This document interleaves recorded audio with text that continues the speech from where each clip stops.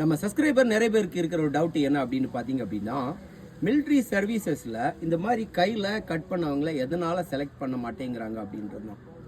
So உங்களுக்கும் இந்த doubt இருக்குது அப்படின்னா வீடியோவை ஸ்கிப் பண்ணாமல் லாஸ்ட் வரைக்கும் பார்த்தீங்க அப்படின்னா உங்களுக்கு கரெக்டான ஒரு கிளாரிஃபிகேஷன் கிடைக்கும்.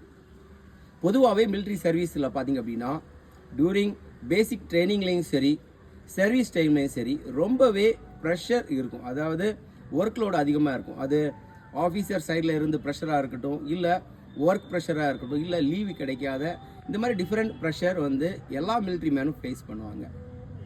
சாதாரணமாக ஒரு மனுஷன் கை கட் பண்ணுறான் அப்படின்னா ஊரில் சின்ன சின்ன பிரச்சனைக்கு தான் கட் பண்ணியிருப்போம். உதாரணத்துக்கு லவ் ஃபெயிலியர், இல்லை வீட்டில் ஏதாவது ஒரு பிரச்சனை, இல்லை பைக் வாங்கி தரலாம், இந்த மாதிரி சின்ன சின்ன பிரச்சனைக்கு தான் அவங்க கை கட் பண்ணுவாங்க. ஸோ மிலிட்ரியில் இந்த அளவுக்கு ப்ரெஷர் இருக்கிற ஒரு சர்வீஸ் அப்படின்ற பட்சத்தில் அவங்க நிறைய பிரச்சனைகளை ஃபேஸ் பண்ணுற மாதிரி இருக்கும்.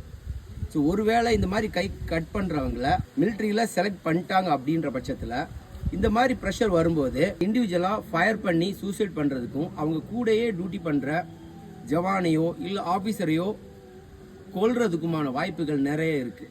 ஸோ தெரிஞ்சுட்டே எதுக்கு ரிஸ்க் எடுக்கணும் அப்படின்றதுனால தான் இந்த மாதிரி கை கட் பண்ணுறவங்கள மிலிட்ரி சர்வீசஸில் அவங்க செலக்ட் பண்ண மாட்டேங்கிறாங்க. ஸோ வீடியோ உங்களுக்கு புரிஞ்சிருக்கும் அப்படின்னு நினைக்கிறேன். உங்கள் ஃப்ரெண்ட்ஸுக்கும் யூஸ்ஃபுல்லாக இருக்கும் அப்படின்னா ஷேர் பண்ணுங்கள். அதே மாதிரி மிலிட்ரியில் உங்களுக்கு தெரியாத டவுட்ஸ் என்ன இருக்குது அப்படின்றத கமெண்ட்டில் மென்ஷன் பண்ணுங்கள். கண்டிப்பாக அதை பற்றின வீடியோஸ் நெக்ஸ்ட்டில் போடுறேன்.